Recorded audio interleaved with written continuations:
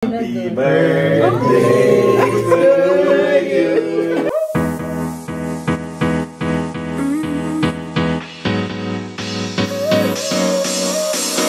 Work is almost over, summer's getting closer.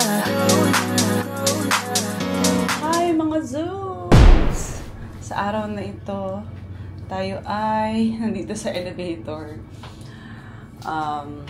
Kakain tayo kasi yung mga friends ko nagpahanda sila for my incoming birthday. So, nandito kami sa Rockwell, sa bahay ng aming friend para kumain at makipag-chikahan. Na-vlog namin itong lugar na to before.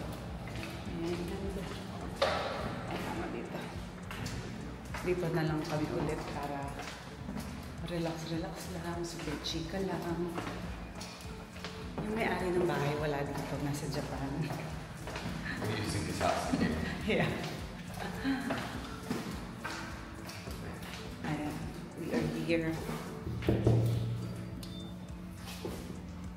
To disturb the peace. Hello! Welcome to my crib. I know! Kakasabi ko lang sa vlog, wala yung may-ari ng bahay. Oh, thank you so much, Ilos. Diba? Ang social naman ng party na to. Char. May cheese platter! Thank you so much, Ilos. The best Ilos. Ayan. Hindi na magluto. True. Thank you so much, Ilos. So, meron silang paano. Pag-gift. Buksan natin para makita natin. Pinagalan natin yung ano kasi iba vlog pala. Wow, so meron tayong salpicao from Ilos. And, oh, this is kare-kare.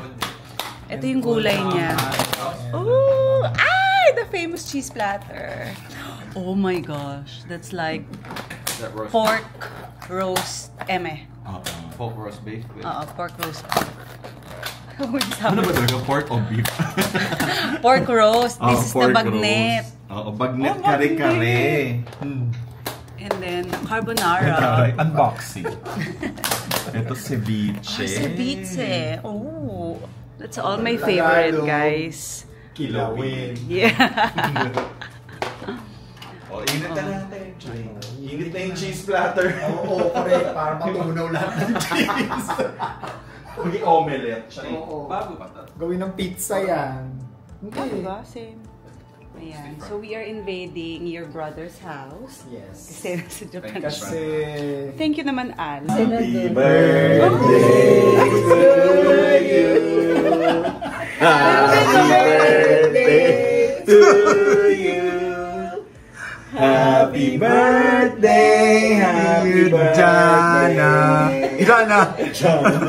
Happy birthday to you. Ito po ang cake namin. Dahil maraming April babies.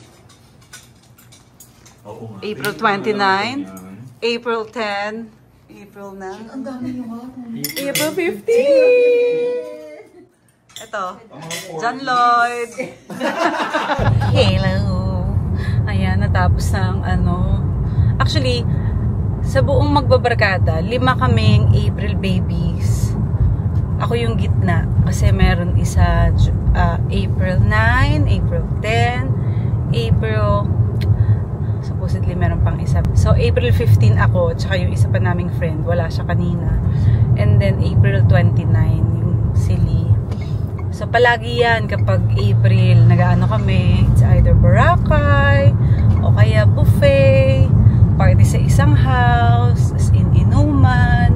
Puro kami may celebration. So ngayon that I'm back from Australia, syempre we took advantage na makakasama kami or magkakasama kami ulit. And ayun, happy ako na ano kami, nakapagkwentuhan ng sobrang tagal. As in, wala kaming ginawa kundi magtawanan, alam mo yun, balikan yung mga nakaraan, memories. And habang nangyayari yan, si Andy tulog lang siya. Nag-nap siya kasi hindi kaya ng katawang lupa niya dahil nga napagod siya sa labas namin kagabi. anyway, so ayun. Sigurado ako na makaka-relate kayo dahil yung ibang mga barkada dyan, same with us. Ayun, stop my phone. Phone ko. Si Lele tumatawag. Makaka-relate dyan sa tuwing may birthday, diba? May bangka, may taga-kwento, taga-tagay. Ganun din naman kami. It's all the same.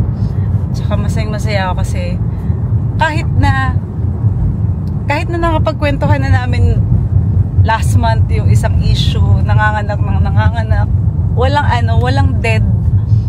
Ang tawag doon? Dead air. Walang dead air talaga na kahit ano kasi pwede naming pag-usapan eh. So masaya ako na ganun kami palagi. And since magkakaibigan na nga kami matagal na, wala na ring napipikon. Especially yung mga bagay na pinag-awayan before. Kasi syempre sa grupo naman, minsan may nag-aaway, may issues. Pero ngayon pinagtatawanan na lang namin kasi tipo syempre habang tumatanda ka, yun yung actually yung naging topic. Na while tumatanda tayo, naiintindihan na natin, hindi na tayo masyadong pikon. Tapos, yung mga bagay na pinag-awayan nyo before, pinagtatawanan nyo na lang. Hindi na kagaya dati na big issue siya. So, ang tawag doon, maturity and growth.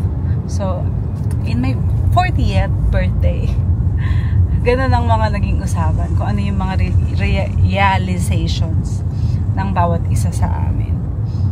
So, yun. Tsaka iba't ibang chismis na naganap sa mga linggo at araw na hindi kami nagkikita. Marami din.